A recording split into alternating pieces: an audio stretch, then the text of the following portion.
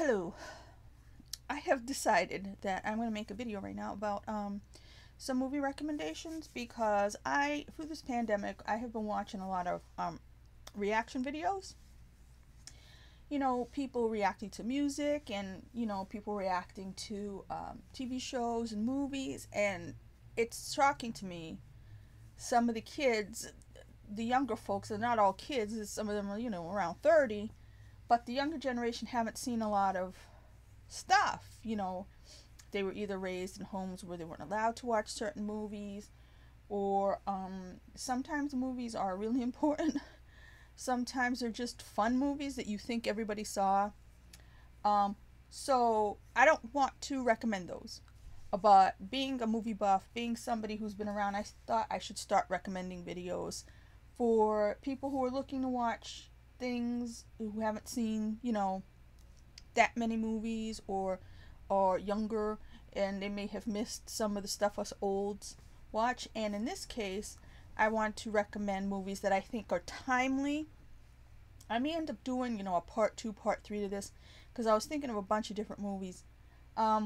But right now, the times we're going through and the things that I talk about on here, um, there's so many things that remind me of movies. And you've heard people talk about certain things and certain books. And for right now, I'm just going to recommend 5 movies that I think anybody should watch to sort of understand where some of us who freak out about the nature, you know, the times and how they remind us of this dystopian thing or that dystopian thing, what we're being reminded of and why it's an issue.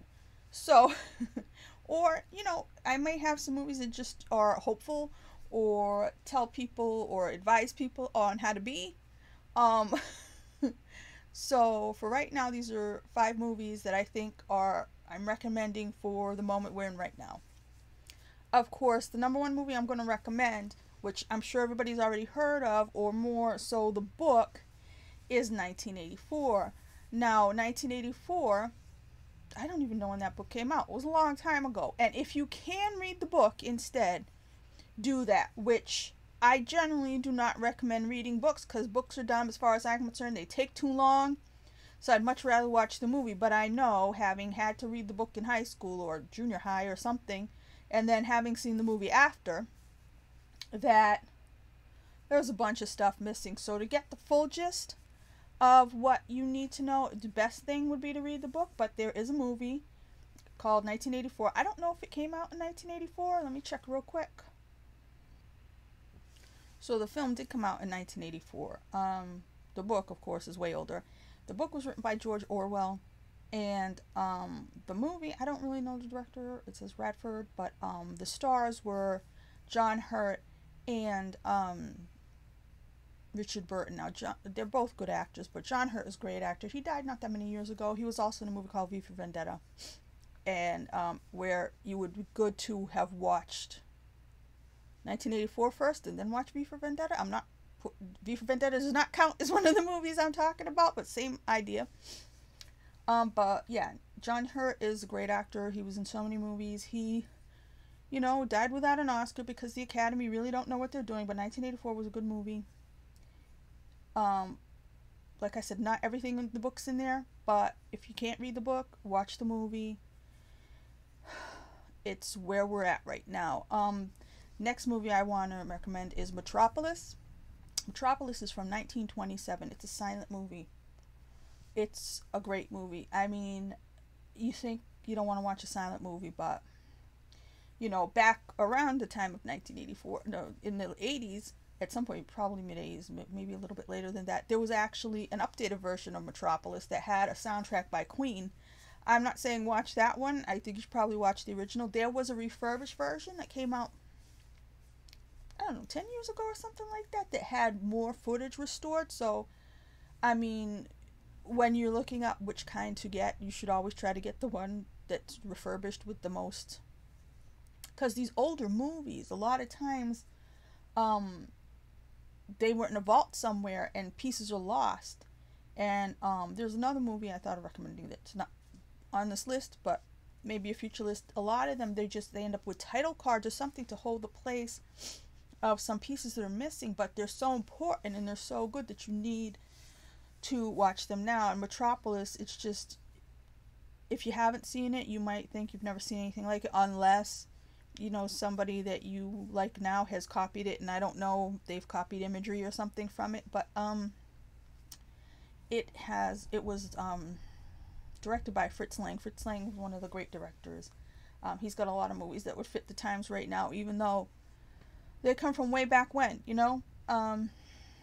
so Metropolis, I'm gonna put the posters up here. I don't want to put any clips. I'm scaredy cat about copyright stuff, so nah. Okay, the third movie I'm going to recommend is Soylent Green. Soylent Green. It used to be a joke after a while because there's a secret to it. There's a twist. Please don't look it up.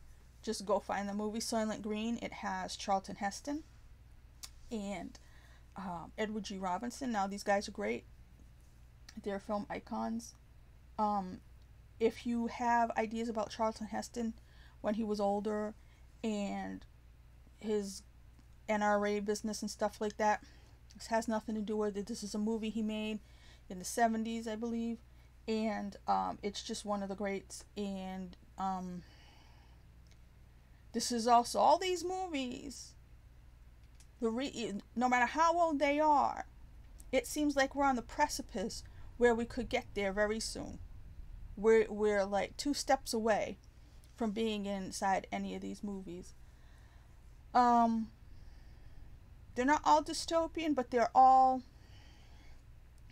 about what we're going through right now in terms of freedom and being oppressed and the 99% and what happens in times of crisis.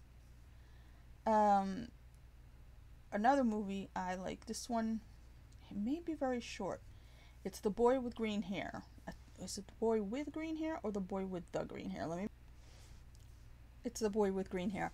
And it stars Dean Stockwell. It's from 1948. I love this movie. I've already talked about individualism and how important I think that is.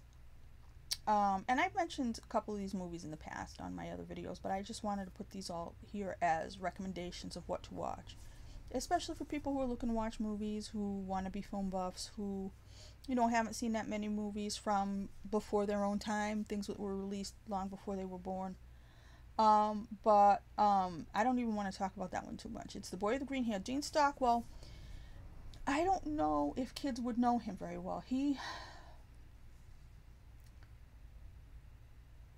was in Quantum Leap. I think people my age might have watched Quantum Leap, and he was an older guy by then. And he's really old now. He's probably in his 80s or something. Late 70s, 80s. But he was a little boy in this, like a kid. And it's just one of the great movies. I think the song Nature Boy by Nat King Cole may have been, if that gives you a hint, that may have been at the end credits. That's just a great movie.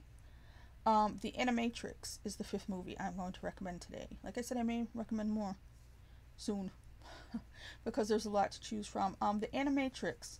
Here's the problem with the Animatrix. I need to rewatch the Animatrix. I saw that it was on Tubi. Again, I'm not pushing Tubi. It's just free. So when I see something free for people to watch, I'm like, why would I not recommend that? I need to rewatch it. I remember watching it at the time. I probably have it in the house because it came with one of the Matrix movies, and I did buy all of them. So it came as an addendum, and it was like what happened to lead up to the situation. And I just remember watching it at the time and being like, oh my god, all the information is in this movie. This is what they're going to do to us.